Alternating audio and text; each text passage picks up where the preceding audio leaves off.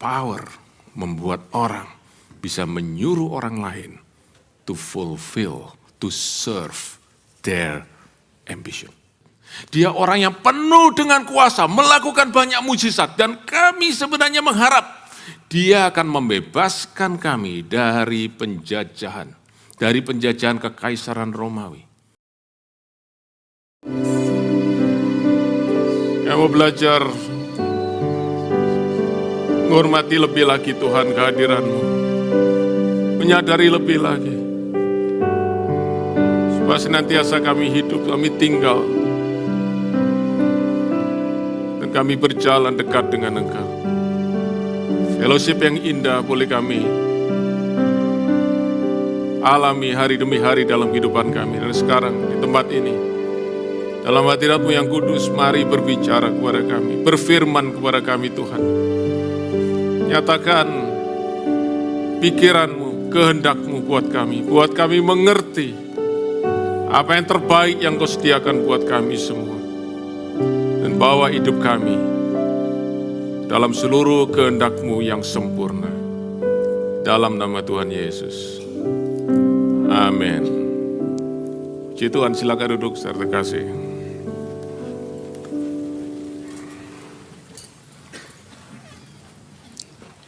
Mari kita buka bersama-sama Alkitab kita di dalam Injil Markus. Pasal yang ke-10. Ayat yang ke-35 sampai dengan ayat 45. Injil Markus pasal yang ke-10 ayat 35 sampai 45. Dan saya mengajak untuk kita sama-sama membaca ayat firman Tuhan ini. Dan saudara-saudara, saya ingin terus mengajak kita untuk belajar hari demi hari menghormati Tuhan. Dengan kita memuji, menyembah Dia, tapi juga dengan kita menghormati firman-Nya. Dan yang paling kecil, yang paling dasar yang kita bisa lakukan adalah kita membaca firman ini dan kita mengamini setiap perkataan firman Tuhan. Bagian terbaik yang Tuhan sediakan buat kita semua untuk hari ini. Mari kita baca bersama-sama Injil Markus pasal yang ke-10 ayat 35 sampai dengan 45. Lalu Yakobus dan Yohanes, anak-anak Zebedius, mendekati Yesus dan berkata kepadanya, Guru, kami harap supaya Engkau sekiranya mengabulkan suatu permintaan kami. Jawabnya kepada mereka, apa yang kamu kehendaki aku perbuat bagimu. Lalu kata mereka, perkenankanlah kami duduk dalam kemuliaan-Mu kelak, yang seorang lagi di sebelah kanan-Mu, yang seorang lagi di sebelah kiri-Mu. Tetapi kata Yesus kepada mereka, kamu tidak tahu apa yang kamu minta. Dapatkah kamu meminum cawan yang harus kuminum dan dibaptis dengan baptisan yang harus kuterima?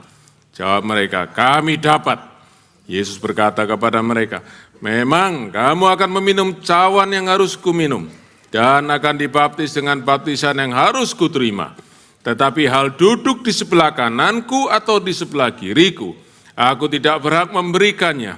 Itu akan diberikan kepada orang-orang bagi siapa itu telah disediakan. Mendengar itu ke-10 murid yang lain menjadi marah kepada Yakobus dan Yohanes.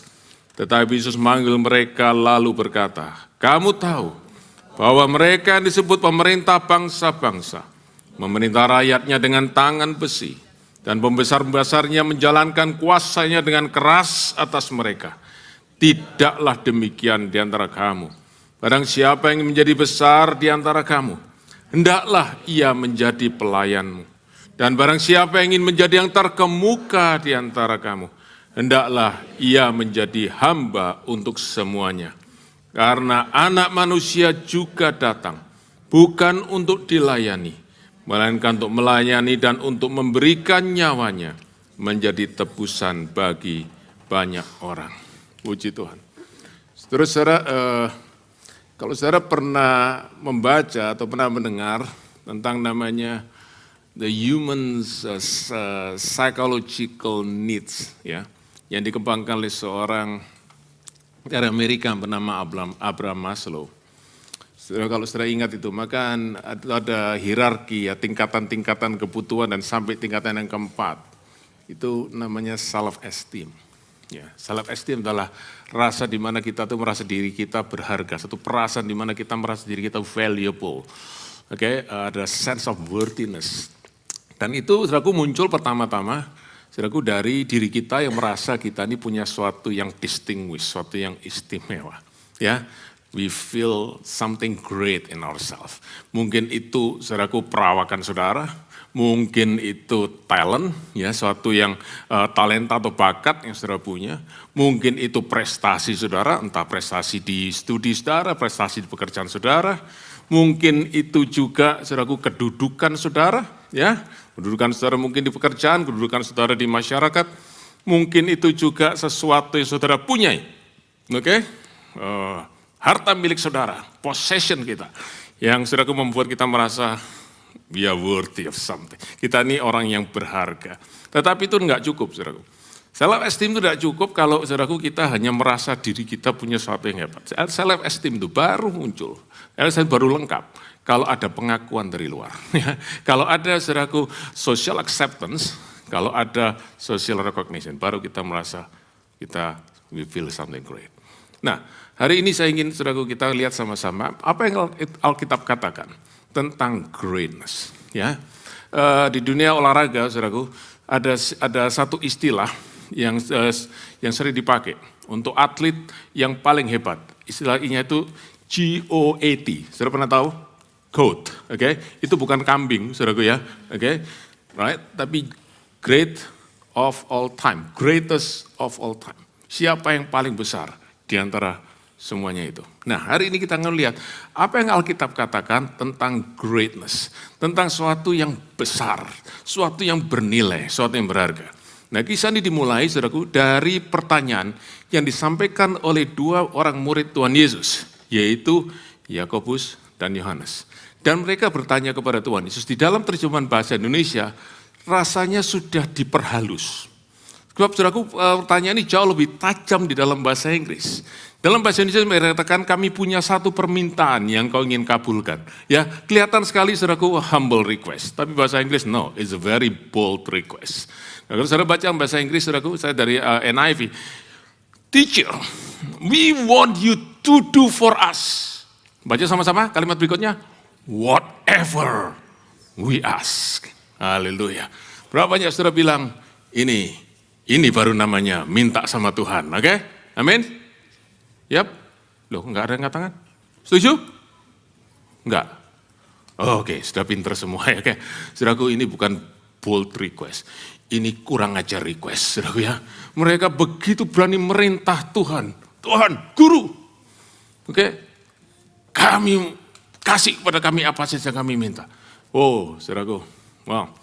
That's such a arrogant ya, ada rasa, saudaraku ya, keberanian berasal daripada kesombongan, saudaraku, di antara dua orang Tuhan ini. Dan karena itu, saudara, kalau kita melihat ini, saya berkata, Tuhan, kau sungguh penuh dengan kasih. Kau memilih orang-orang demikian untuk menjadi murid-Mu. Tapi bukan hanya engkau memilih, engkau mengajar mereka dan kau mengubah hidup mereka. Karena itu, saudara-saudara, apapun yang kita masih punya dalam diri kita, kelemahan yang kita masih punya dalam diri kita, kalau kita, saudaraku, mau dengar panggilan Tuhan, follow me, and we hear that call, we follow his calling, kita percaya Tuhan akan mengubah kehidupan kita. Oke? Nah, saudaraku, ini permintaan, saudaraku, yang benar-benar, saudaraku, tidak sopan, ya, dan, ini bukan lagi guru, saudaraku. Ini mereka ngomong bukan sama guru, mereka ngomong sama slave, sama budak. Do whatever I want you to do. Okay? Tetapi seperti yang sampaikan minggu lalu, betapa Tuhan itu begitu sabar, saudaraku, kepada jemaat Laodikia, saudaraku, yang sudah suam-suam kuku, yang sudah aku push Jesus out of their house, ya, Yesus didorong keluar, saudaraku, sehingga dia harus mengetuk pintu untuk masuk kembali.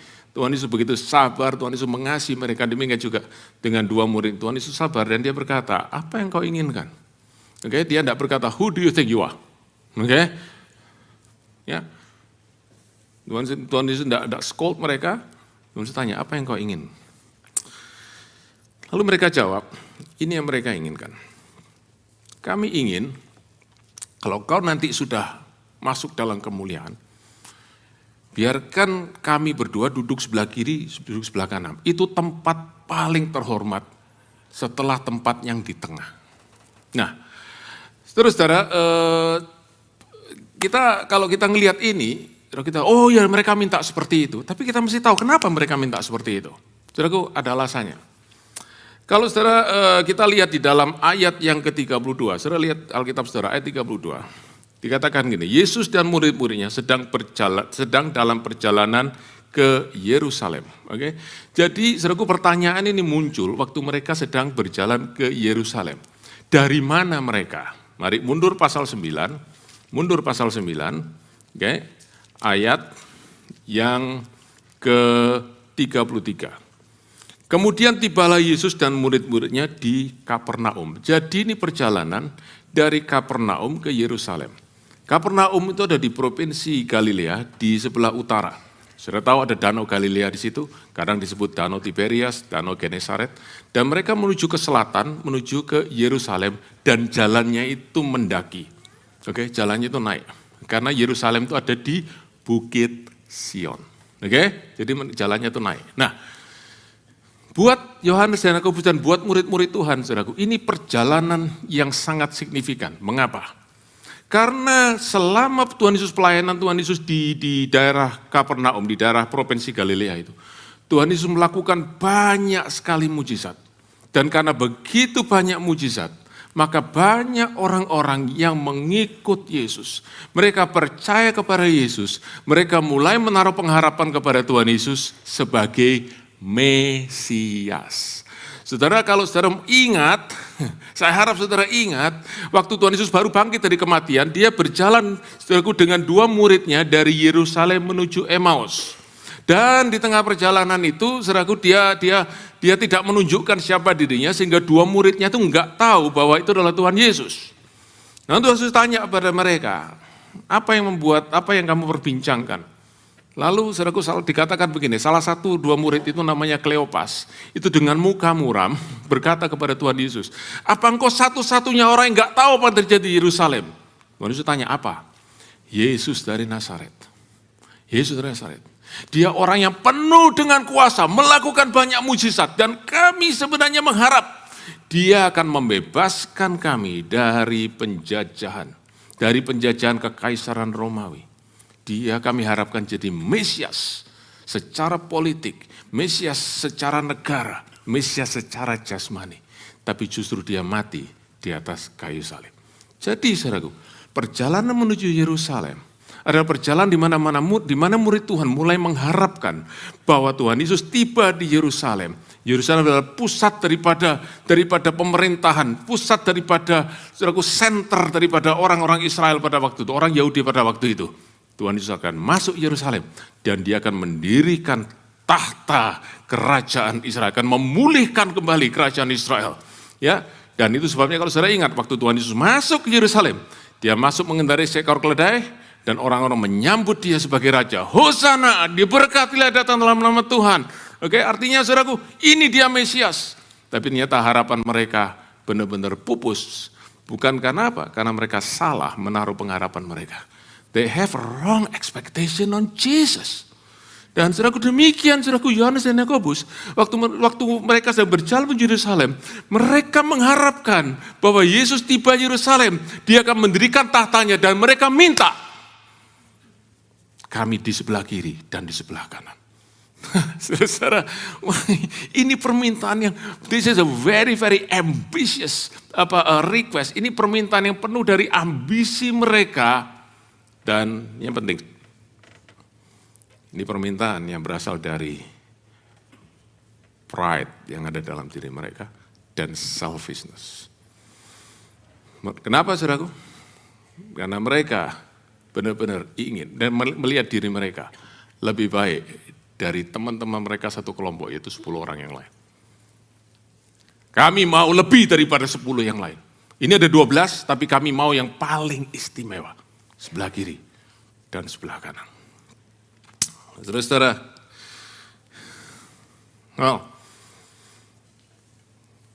dan ini permintaan yang sangat selfish. Kenapa? Tadi saya sebut pasal 10 ayat 32, saya masih ingat ya, berjalan menuju Yerusalem. Dan apa terjadi? Pada waktu mereka berjalan ke Yerusalem itu, Tuhan Yesus menceritakan kepada murid-muridnya tentang apa yang menanti dia di Yerusalem. Apa saudaraku? Bukan tahta, bukan power, tapi apa? Salib, penderitaan, dan kematian. Saudara bisa bayangkan, Tuhan Yesus baru cerita bahwa dia akan menderita. Dua muridnya bilang, aku minta tahta. Saudara-saudara, saya masih ingat waktu saya masih kecil dulu. Saya masih SD. Saya bilang, kok dia masih ingat ya? Saudaraku, hati-hati. Oke? Saya ingat, saudaraku, 40 tahun yang lalu lebih. Jangan coba tebak umur saya. Tapi, saudaraku, 40 tahun yang lebih, saya masih ingat. Satu hari kami sekeluarga ke Surabaya, saya bersaudara 3, saudaraku laki semua. Papa, mama, berangkat ke Surabaya. Oke, kami dari kota Jember, mau pulang, saudaraku, tiba-tiba kami lewat sebuah tanah lapang, lalu di situ banyak tenda-tenda kecil, ya seperti tenda pramuka begitu, saudaraku. Bukan tenda besar, tenda-tenda kecil. Lalu begitu lihat itu, kami bertiga langsung, saudaraku, teriak, aduh tenda, papa, mama, minta tenda, pingin punya tenda, mau dipasang di halaman belakang rumah, memang halaman belakang rumah cukup besar. Oke. Mama saya bilang pada papa saya, ya coba belok, saudaraku berhenti, saudaraku di pinggir itu, tanah lapang itu, lalu mama saya mulai turun. Dan aku mulai lihat tenda-tenda itu, bilang ini nih yang bagus, senang warnanya nih ya, warnanya coklat kuning, coklat begitu ya. Oke, seperti seragam pramuka kami gitu ya. Saudaraku, lalu mulai lihat, saudaraku, tapi coba lihat yang lain dulu. Sementara jalan saudaraku di situ, mama saya nggak lihat, kalau ternyata, saudaraku, di tanah lapang itu, lapang rumput itu, ternyata ada lubang. Ya mungkin karena ketutupan rumputnya nggak kelihatan ada lubang.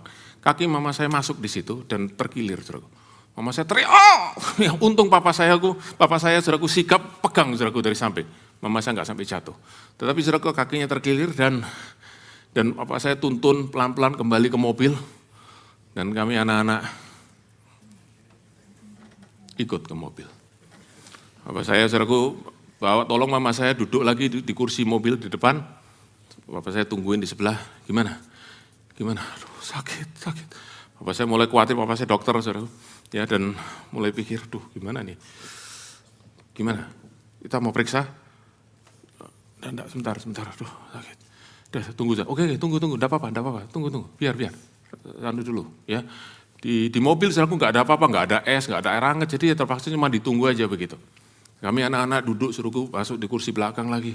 Kami tunggu, lama-lama nggak tahan juga. Akhirnya bilang, Ma, gimana tendanya? Jadi beli nggak? Sudah ngetawain saya ya.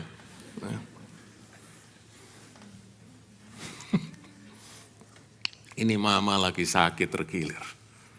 Nggak tanya, Ma gimana kakinya enggak? Ma tendanya gimana? Yang dipikirin awake dhewe. Itu Yohanes Yakobus. Tuhan Yesus lagi cerita, dia mau menderita di Yerusalem. Yang dipikirin, minta tempat yang paling enak. Ya. Istilah saudara PW ya, bukan present worship, posisi enak katanya. Ya.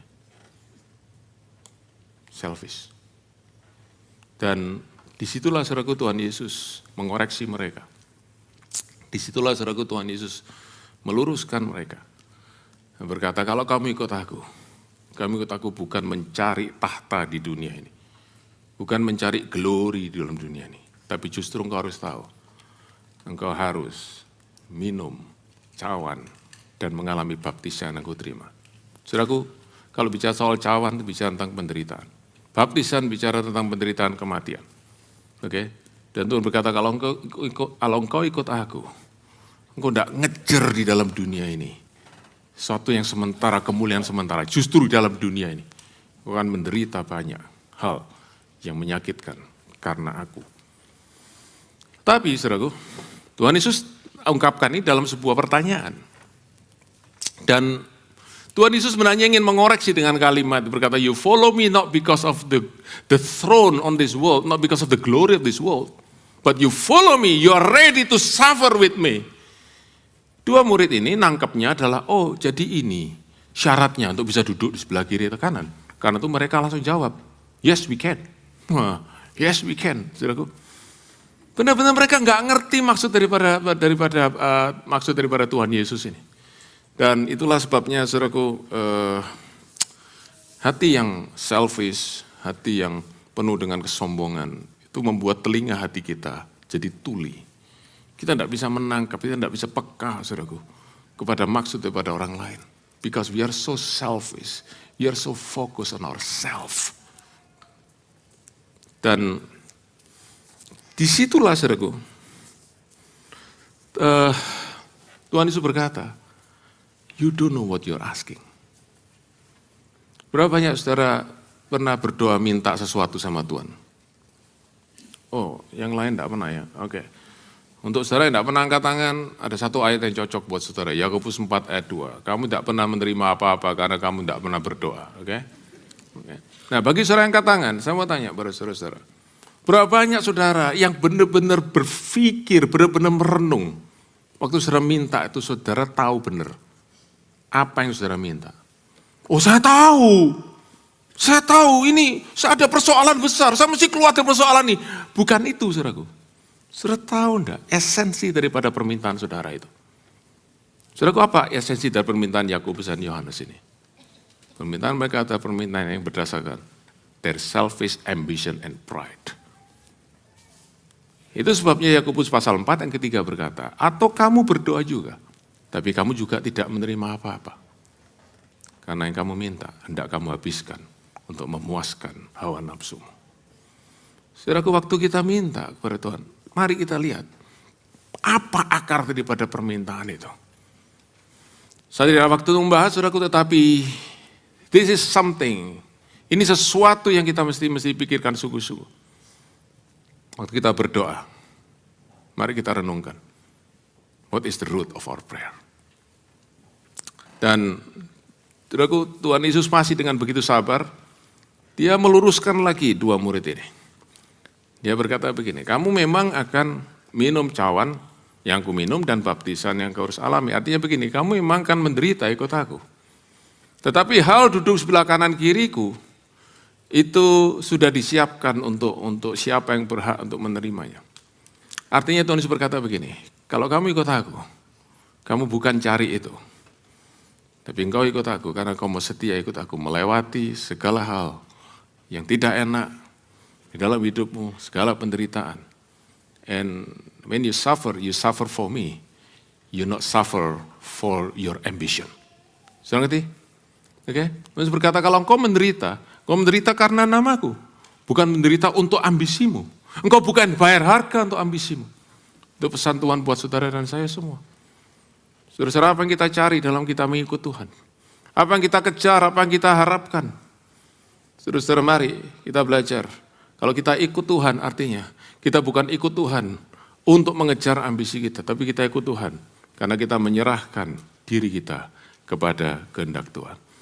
Ayat 41, murid-murid yang lain mendengar permintaan daripada Yohanes Yakobus nih. Gimana saudaraku? Apa karena mereka nguping? Saya kira tidak. Tetapi memang dua orang ini ngomongnya kenceng banget. Sengaja dikeras-keraskan mungkin saudaraku. Semua yang lain dengar.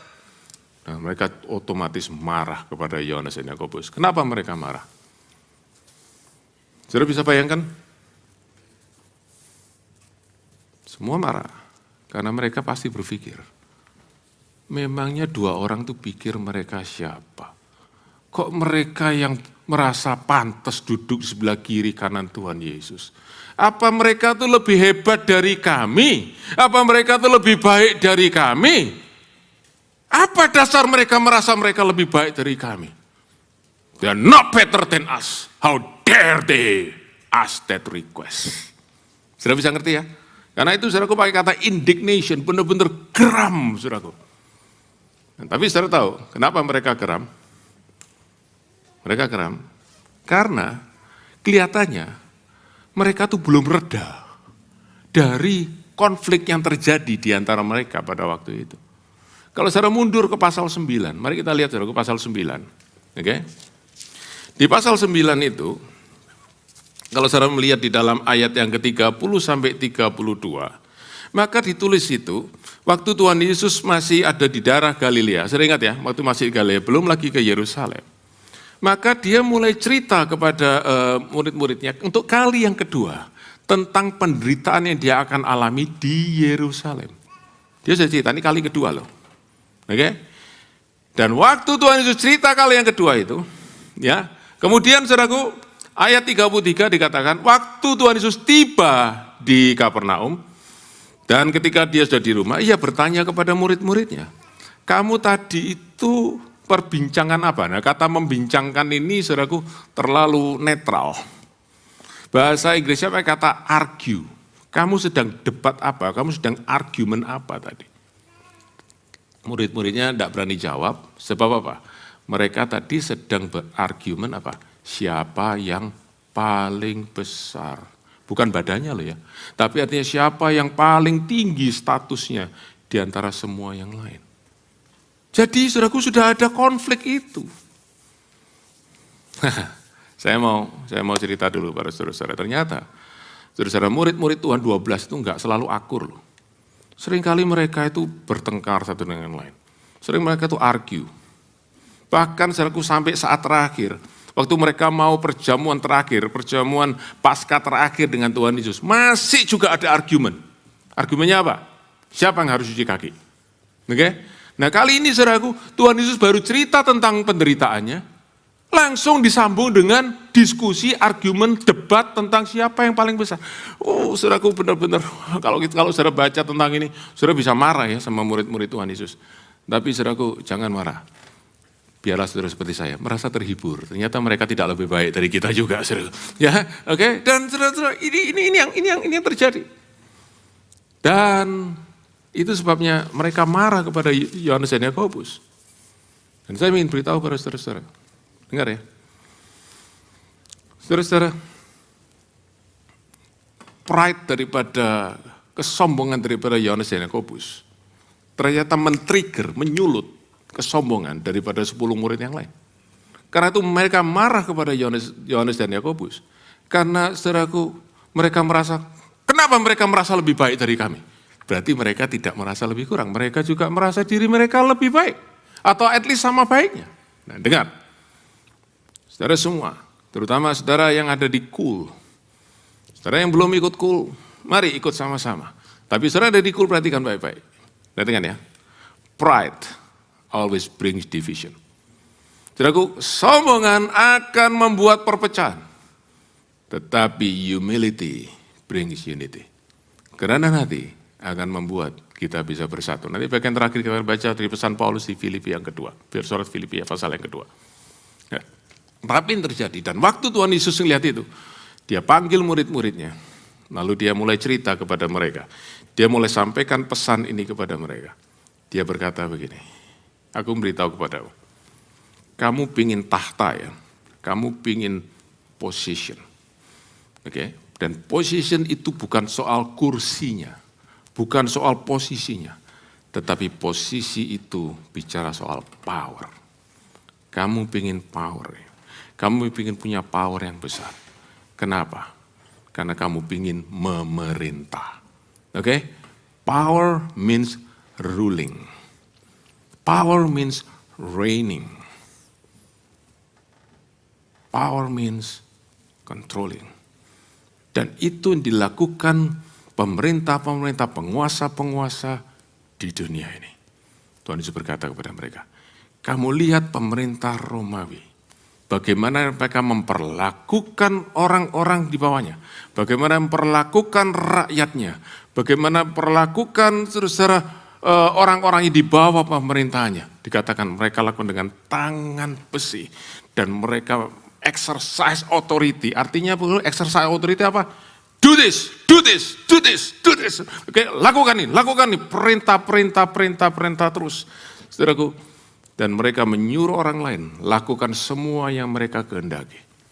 Power membuat orang bisa menyuruh orang lain to fulfill, to serve their ambition. That is power. Dan saudara-saudara, itu sebabnya seorang sejarawan dari Inggris, namanya Sir Lord Acton. Saya pernah dengar istilah ini. Power tends to corruption, and absolute power brings absolute corruption, or bring corruption absolutely.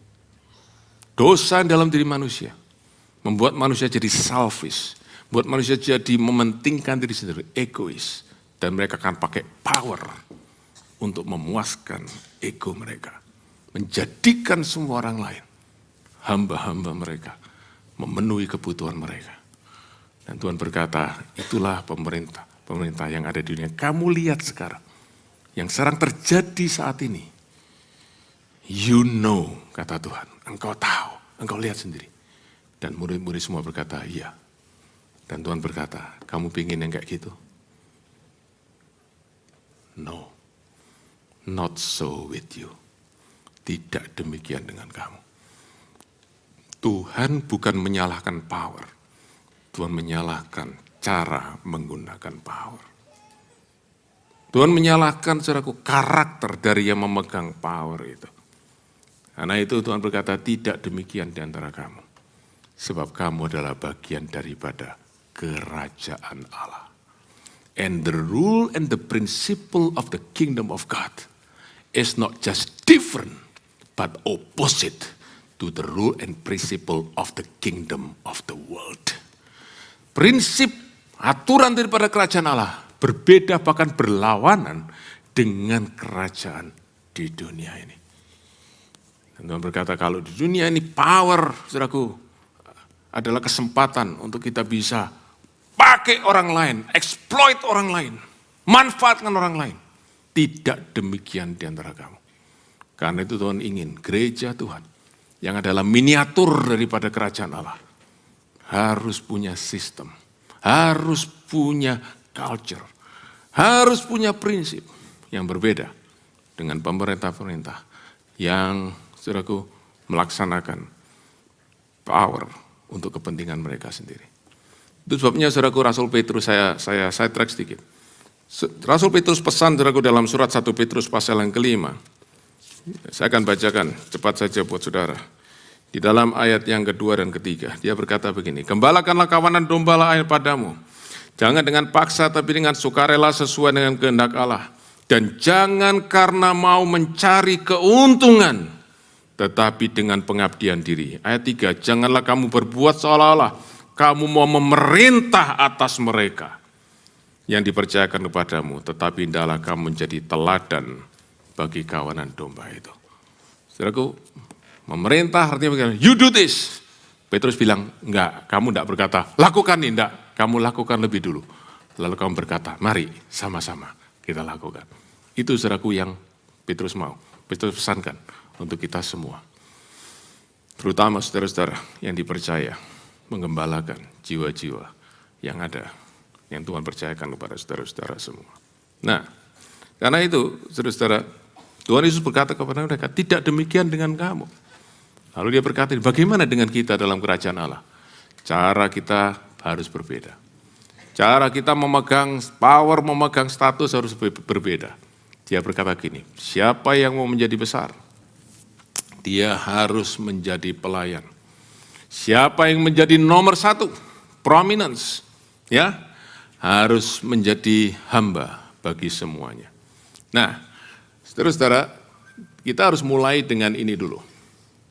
Tuhan Yesus berkata, whoever wants, artinya begini, Tuhan tidak melarang untuk kita menginginkan greatness. Bahkan Tuhan berkata, if you want to be great, it is good if you want to be great. Tetapi, pertanyaan adalah bagaimana engkau mengukur dan bagaimana prinsip greatness itu yang engkau pegang. Apakah engkau memegang prinsip dalam dunia ini? Atau engkau mau memegang prinsip di dalam firman Tuhan, di dalam kerajaan Allah? Saudara-saudara, apakah kita ingin, do we want to be great in the sight of the world, di dalam pandangan dunia ini, or do we want to be great in God's sight? Saudara ingat minggu lalu kita belajar tentang jemaat Laodikia, Mereka dipandang dunia ini hebat, luar biasa, kaya, saudaraku, pakaiannya bagus. Oke ya, mereka semua punya pengobatan yang bagus, tapi di hadapan Tuhan mereka miskin, buta dan telanjang. Saudara, kita mungkin menginginkan dalam dunia kita dipuji, kita dihormati di dalam dunia ini.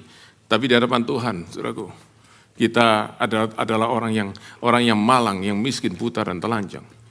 Dan itu sebabnya Tuhan berkata, kalau engkau mau mengejar greatness, if you want to pursue greatness, pursue the true greatness. Dan apa itu true greatness? Di dalam Tuhan. Yang berkata begini, kembali ayat ini. Biarlah engkau belajar menjadi, bahasa Indonesia, pelayan, dan belajar menjadi hamba. Kata pelayan, saudaraku, berasal dari satu kata bahasa Yunani. Diakonos. Dari kata diakonos ini, saudara tahu muncul kata apa? Diaken. Kalau saudaraku hari ini di gereja, berkata, wah orang itu sekarang adalah diaken. Ada kesan naik pangkat ya. Betul ya? Wah dia sekarang sudah jadi diaken. Oke ya, artinya ada promosi. Padahal saudaraku kata diakonos, diaken itu justru melayani.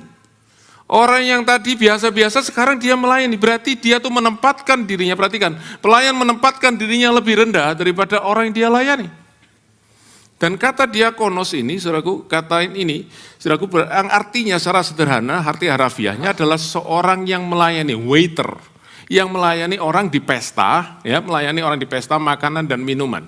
Nah, kata diakonos ini dipakai, kalau saudara ingin salah satunya dipakai di Injil Yohanes pasal yang kedua, waktu Tuhan Yesus lagi datang ke pesta perjamuan kawin di Kana. Saudara ingat kan, air anggurnya habis, lalu saudaraku Maria berkata kepada pelayan-pelayan itu, kamu lihat orang itu ya, itu Yesus dari Nazaret itu. Apa saja yang dia lakukan, apa saja yang dia katakan, lakukan itu. Nah, kata Maria berkata kepada pelayan-pelayan itu pakai kata diakonos. Dan Yesus berkata begini, kalau engkau ingin menjadi besar di hadapan Allah, kalau engkau ingin nilaimu itu besar di hadapan Allah, engkau justru harus bukan climbing up the stairs, bukan naik ke atas, tapi engkau justru harus turun ke bawah. Saudara-saudara, tidak gampang ya. Tidak gampang. Untuk kita sekarang berkata buat orang lain, what can I do for you? Apa yang saya bisa lakukan buat engkau? Tidak gampang ya. Apalagi kalau saudara di Indonesia sudah punya banyak diaken di rumah. Oke, yang biasa saudara perintah, makan, buka garasi, ambilkan minum. Kita sudah biasa saudaraku main perintah, karena kita punya pelayan-pelayan di rumah. Lalu sekarang kita suruh melayani sukar. Old habits die hard. Tetapi saudaraku, Tuhan berkata begini, kalau engkau mau menjadi besar di hadapan Tuhan, engkau mau lihat engkau ingin Tuhan lihat engkau besar, berarti meaningful. Itu bukan karena engkau hebat, tapi karena engkau melayani. Nah, kata yang kedua adalah slave. Slave ini dalam bahasa Indonesia pakai kata hamba, saudaraku, yang sebenarnya kurang tajam. Karena slave itu kalau terjemahkan Indonesia harusnya apa? Budak, bukan hamba. Dan kata slave itu berasal dari kata doulos, yang lebih rendah lagi daripada diakonos. Kalau diakonos ini pelayan, saudaraku, yang melayani, yang dia bisa ganti majikan kalau dia mau dan dia terima upah. Tetapi saudaraku, Tuhan berkata, engkau bukan hanya jadi diakonos, engkau harus jadi doulos. Doulos adalah seorang yang melayani orang lain, melayani tuannya, bukan karena dia terima gaji, tapi karena dia dimiliki oleh tuannya. Doulos itu bukan employee daripada tuannya, doulos itu properti daripada tuannya, milik daripada tuannya. Dia melayani tanpa gaji, dia melayani tanpa hak, dia sudah serahkan haknya sepenuhnya kepada tuannya. Dan Tuhan berkata, kalau engkau menjadi besar, engkau berani menyerahkan hakmu. Engkau tidak lagi menuntut hakmu. Melayani, yes, bagus. Melayani kebutuhan orang lain bagus.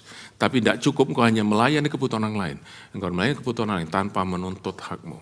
Kenapa saudaraku? Tuhan tahu. Banyak dari kita bisa melayani tetapi dengan menuntut hak kita. Kita bisa melayani sambil menunggu pujian daripada orang lain. Recognition daripada orang lain. Kita melayani karena kita menunjukkan kehebatan kita. Dan kita menunggu kapan orang lain akan mulai kasih thumbs up kepada kita. Kapan orang lain mau menepuk pundak kita berkata, I'm so blessed with your ministry. Kita tunggu-tunggu itu. And that is not serving in God's terms. Allah berkata, kalau engkau melayani tanpa engkau mengharapkan apa-apa. You serve not because you expect something in return. You serve because you put others more than you. Itulah saudaraku yang tulis katakan. Itu bedanya saudaraku. Greatness in the world and greatness in God's kingdom. Di dalam dunia ini, status seseorang tinggi rendahnya itu ditentukan berapa banyak orang yang layani dia.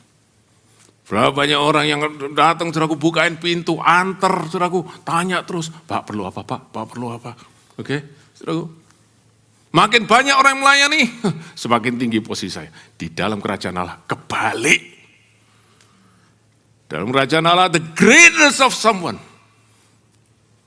is determined by how many people we serve. 100% difference. Dan itu menceritakan kepada murid-muridnya. Dia ceritakan kepada Yohanes dan Yakobus. Kau ingin tahta paling tinggi, harus tahu. Jangan kejar tahta itu. Tapi mulai melayani. Mulai jadi hamba. Mulai mendahulukan orang lain. Deny your selfishness. Saudara, saya harus bicara tentang ini. Karena kalau saudaraku bicara tentang gereja, maka ada satu hal yang saya paling khawatirkan tentang gereja akhir pada hari-hari ini. Yaitu apa? Yaitu yang saya sebut consumer mentality. Dan kalau gereja itu, saudaraku, memang adalah seperti saya katakan tadi, adalah miniatur daripada kerajaan Allah. Maka gereja itu tidak boleh berisi konsumen. Gereja harus berisi pelayan-pelayan, orang yang melayani. Apa bedanya konsumen, apa bedanya customer dengan servant? That's the opposite. Customer adalah orang berkata, I am the king. Sudah ingat ya? Customer is a king. Konsumen adalah raja. Oke? Harus dilayani dengan baik. Dan kalau saudaraku, saudara jadi orang Kristen, saudara di jemaat, yang saudara datang, saudara untuk dilayani, untuk dipuaskan keinginan saudara. Tuhan berkata, you're not following me. Apalagi saudaraku, konsumen itu. Konsumen mentality berkata, I am the king. Terus yang kedua apa saudaraku? Shop around. Keliling-keliling. Cari sampai mana terbaik. Siapa di sini pernah shop around? Oh tidak, saya one shop. Oke. Saudaraku, saudara konsumer, saudara customer, saudara konsumen, silakan. Tapi tidak dengan Tuhan. Tidak dengan gereja Tuhan. Di consumer mentality membuat saudaraku keliling mana, banding-bandingin mana yang enak. Dan setelah ketemu yang paling enak, oke, saya pilih ini. Tapi, dengar baik-baik. Kalau nanti saya dapat a better deal tempat lain, saya akan pindah. Siapa sudah pernah pindah-pindah electricity atau gas provider setahun 3 kali? Why? You have a better deal. That's consumer mentality. Right? Well, that's fine. Saudara lakukan itu sebagai konsumen, tapi jangan pernah bawa itu di dalam hubungan saudara dengan Tuhan. Jangan bawa itu, saudaraku, di dalam kehidupan bergereja. Karena Tuhan tidak pernah panggil customer. God never call customer. Jesus never invite customer. He calls disciples. Dia panggil murid yang mau belajar dan belajar prinsip yang dia lakukan, yaitu melayani. Bukan menuntut melayani. Saudara pernah rasa kecewa? Saudara, kecewa itu apa? Kecewa itu adalah harapan kita tidak penuhi. Oke? Kecewa itu adalah customer dissatisfaction. Dan itu semua karena kita bawa consumer mentality di dalam diri kita. Kita kecewa, kenapa enggak seperti ini, kenapa enggak seperti yang kita harapkan. Saudara tahu, lalu kita jadi restless. Lalu kita, saudaraku, menjadi orang yang akhirnya kita berkata, buat apa saya ke gereja kalau seperti itu. Saudara pernah dengar istilah ini? Males saya ke sana, enggak dapat apa-apa, pernah dengar? Saudaraku, that is one example of consumer mentality. Karena seharusnya kalau kita datang, apalagi saudara yang sudah kenal Tuhan, saudara yang sudah berkata, I'm a believer, saudara datang bukan untuk nomor satu, gain something. You come to give something. Nah, itu sebabnya, saudara-saudara, Tuhan Yesus beritahukan kepada murid-muridnya, kalau engkau mau jadi pemimpin, engkau mau naik ke atas, engkau mau dipercaya posisi yang di atas, engkau justru harus makin turun ke bawah. Engkau mesti punya hati yang melayani, servanthood. Bagaimana kita bisa punya hati yang melayani itu? Kita harus lihat, how can we get a servanthood heart? We have to look upon, we have to behold the true servant. Pelayan yang paling benar, pelayan sejati. Siapa itu? Tuhan Yesus. Mari kita baca. Ayat 45. Karena anak manusia juga datang bukan untuk dilayani, melainkan untuk melayani. Saudara, ada satu kata yang agak kurang dalam terjemahan bahasa Indonesia.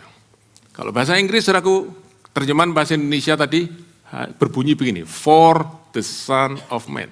Tapi bahasa Inggrisnya bukan for the Son of Man, for even the Son of Man. Jadi terjemahan bahasa Indonesia, karena bahkan anak manusia datang, bukan untuk dilayani, melainkan untuk melayani. Saudara-saudara, Tuhan Yesus sebut dirinya anak manusia. Saudara-saudara, ini sebutan yang signifikan. Saudara berkata, ya anak manusia ya, dia kan manusia. No. Son of Man, saudaraku, adalah sebutan yang sangat profetik. Dan itu disebut pertama kali di kitab Daniel, pasal yang ke-7. Mari kita buka. Saudara tolong buka. Kitab Daniel pasal yang ke-7. Ayat yang ke-13 dan 14. Supaya saudara mengerti benar-benar apa yang Tuhan maksud dengan Son of Man dan apa konteks Son of Man dalam ayat ini. Daniel pasal 7 ayat 13-14. Aku terus melihat, nih Daniel berkata, aku dapat penglihatan. Apa? Tampak datang dari awan-awan, tampak datang dengan awan-awan dari langit. Seorang seperti anak manusia. One like a son of man. Nah ini pertama kali istilah son of man itu muncul di sini. Oke? Dan didatanglah ia kepada yang lanjut usianya, the ancient of days. Dan kalau saudara baca kitab Wahyu, saudara akan ketemu lagi kata itu, ancient of days. Yang lanjut usia, artinya yang kekal, yaitu Allah Bapa. Oke, dan saudara lihat, dan ia dibawa ke hadapannya. Lalu ayat 14, diberikannya kepadanya kekuasaan dan kemuliaan. Jadi anak manusia nih, Son of Man, diberi apa? Kekuasaan, kemuliaan sebagai raja. Maka saya ingin saudara baca benar-benar. Ayo lihat Alkitab saudara.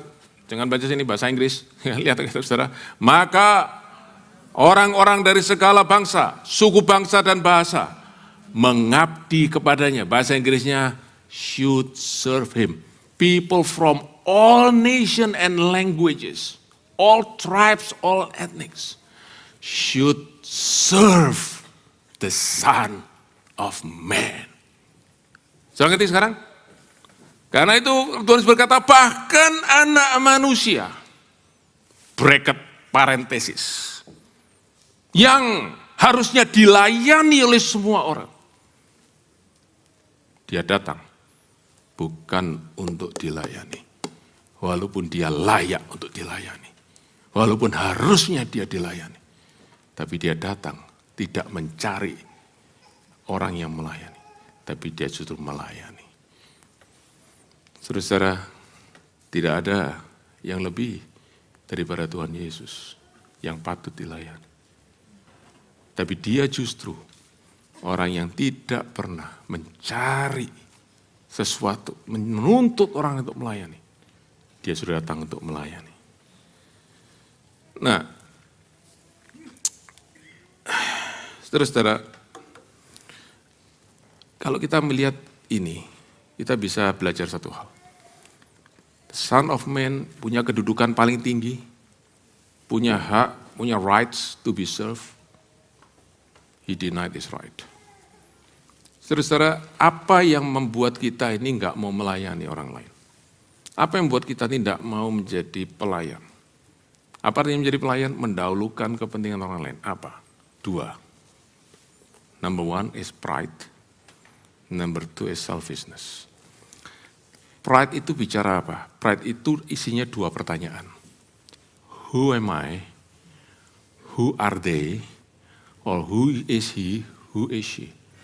Siapa aku ini dan siapa dia atau siapa mereka? Aku ini lebih tinggi daripada mereka. Kenapa aku harus melayani mereka? Mereka harus melayani aku. Saudaraku, itu yang membuat kita berkata karena kita menaruh diri kita begitu tinggi. That's why we don't want to serve. We want to be served. Yang kedua adalah selfishness. Selfishness pertanyaannya satu. What's in it for me? What will I get? Dan setiap kali saudaraku kita selalu lihat diri kita, saya akan di sini, mereka di sini. Kenapa sekarang saya harus lebih rendah mereka dan saya dapat apa? Kita tidak akan bisa melayani. Dan bagaimana saudaraku kita bisa, bagaimana hati kita bisa diubahkan? Kalau kita pandang salib Kristus. Kalau kita mengerti sungguh-sungguh, karena itu saya minta saudaraku. Karena itu kita mesti minta pewayu akan salib Kristus. Bukan hanya kita berkata, oh dosaku diampuni, oh aku sekarang diselamatkan, dapat hidup yang kekal. Saudaraku, bukan itu. Tapi kita melihat saudaraku apa yang Tuhan Yesus lakukan. Yaitu apa? Paulus berkata di dalam Filipi pasal 2, Tuhan Yesus yang walaupun dalam rupa Allah, tidak menganggap kesetaraan dengan Allah sebagai milik yang dipertahankan, melainkan merendahkan dirinya, mengambil rupa seorang hamba. The ruler of the universe, the greatest being, take the lowest position. Tuhan Yesus. Dan kalau saudara tahu, dia lakukan itu untuk menyelamatkan kita. Saudara-saudara, posisi dan dignity apakah yang terlalu mahal buat kita untuk kita lepaskan? Untuk kita berkata kepada orang lain, can I serve you? Can I help you? Can I do something for you? Itu kita mesti tanyakan. Dan yang kedua, saudaraku, di dunia yang saudaraku semakin selfish ini, Tuhan Yesus datang. Dia memberikan hidupnya, yang paling berharga dia berikan buat saudara dan saya.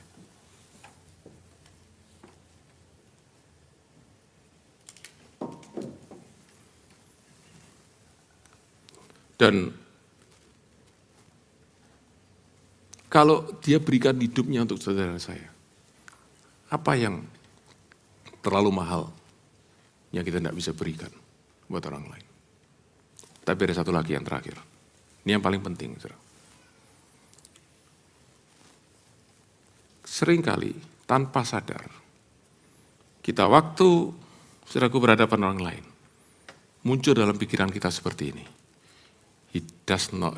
He or she does not deserve my help. Dia tidak layak, dia tidak berhak untuk aku tolong. Ya, terutama saudaraku orang-orang yang menjahati kita, orang-orang yang berbuat tidak baik kepada kita. Tidak akan. Sekali lagi, jawaban itu hanya kita bisa dapatkan dalam salib Kristus. Kalau saudara tahu hari ini saudara sudah selamat, if you know that today you have been saved, kita mesti tanya pertanyaan ini. Do I deserve to be saved? Apakah aku ini layak untuk diselamatkan? Apakah aku ini layak untuk ditebus oleh Tuhan? Dan kalau kita sadar jawabannya absolutely not. Berarti kita juga tahu. Kita menerima dari Tuhan apa yang kita tidak layak terima. Waktu Yesus menyelamatkan kita, dia tidak bertanya, ini layak enggak diselamatkan? No. Tapi dia selamatkan kita. Karena itu waktu kita menolong orang lain, kita tidak mulai dengan pertanyaan, dia layak enggak, dia pantas enggak ditolong? Dan nanti aku dapat apa? No. Kita melayani karena kasih Kristus yang menguasai hati kita, yang menyucikan hati kita. Dan saya berdoa, saudaraku, let the cross of Christ crush our pride and selfishness and transform our heart to serve others humbly, lovingly, and joyfully. Kalau saya membaca di dalam surat Yohanes pasal yang pertama, surat Yohanes, 1 Yohanes pasal 4 ayat 19, saudara ketemu kalimat ini. We love because he first loved us. Ya, saudaraku, he love whom? Love itu kan pasti ada objeknya kan? Betul? Saudara, kita mencintai siapa? Banyak orang berkata, oh kita mencintai Tuhan. Tidak salah, saudaraku. Tapi kalau saudara baca benar-benar konteks daripada ini, ayat 20 dan 21, Yohanes berkata, kita harus mengasihi saudara-saudara kita. Kita harus melayani saudara-saudara kita. Kenapa? Karena kita sudah lebih dulu dikasihi oleh Tuhan. Dia berkata kalau orang berkata dia mengasihi Allah tapi dia tidak peduli akan saudaranya, dia pembohong besar. Saudara-saudara, bagaimana kita bisa mengasihi orang lain? Hanya satu motivasinya. Kalau kita menerima the revelation of the cross. Tanpa itu, kasih kita, pelayanan kita akan jadi pelayanan yang selfish. Only the cross of Christ will drive us to have unselfish service. Pelayanan yang tidak selfish. Pelayanan benar-benar mengasihi. Karena kita sudah terima kasih Tuhan. Saya berdoa, saudara terima kasih Tuhan siang hari ini. Mari kita bangkit berdiri sama-sama.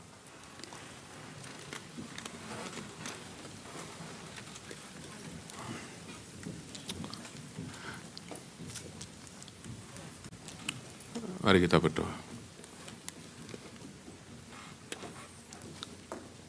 Bapa di surga, hamba berdoa Tuhan,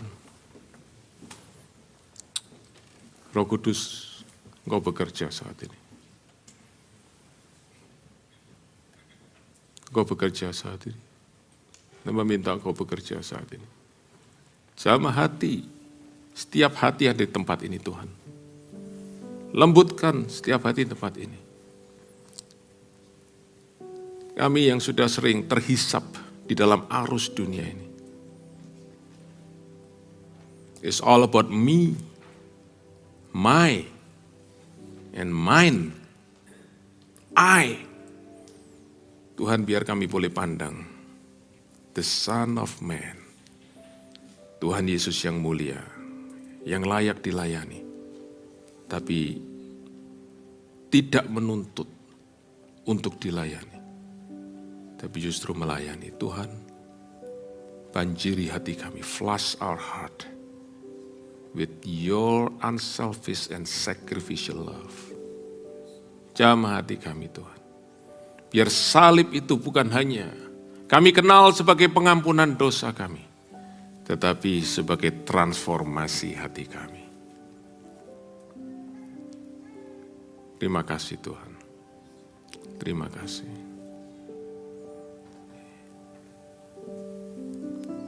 Pujian terakhir tadi kita nyanyikan sebelum firman Tuhan, sebelum How Great Thou Art.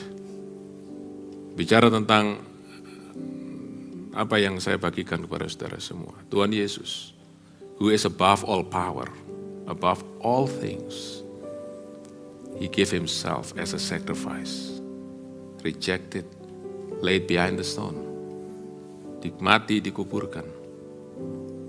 Karena dia datang untuk melayani. Datang untuk memberi hidupnya. Supaya saudara dan saya yang tidak layak untuk diselamatkan, boleh diselamatkan. Karena kasih-Nya yang besar untuk kita semua. In His full authority, Jesus come down to serve and to save us. Haleluya.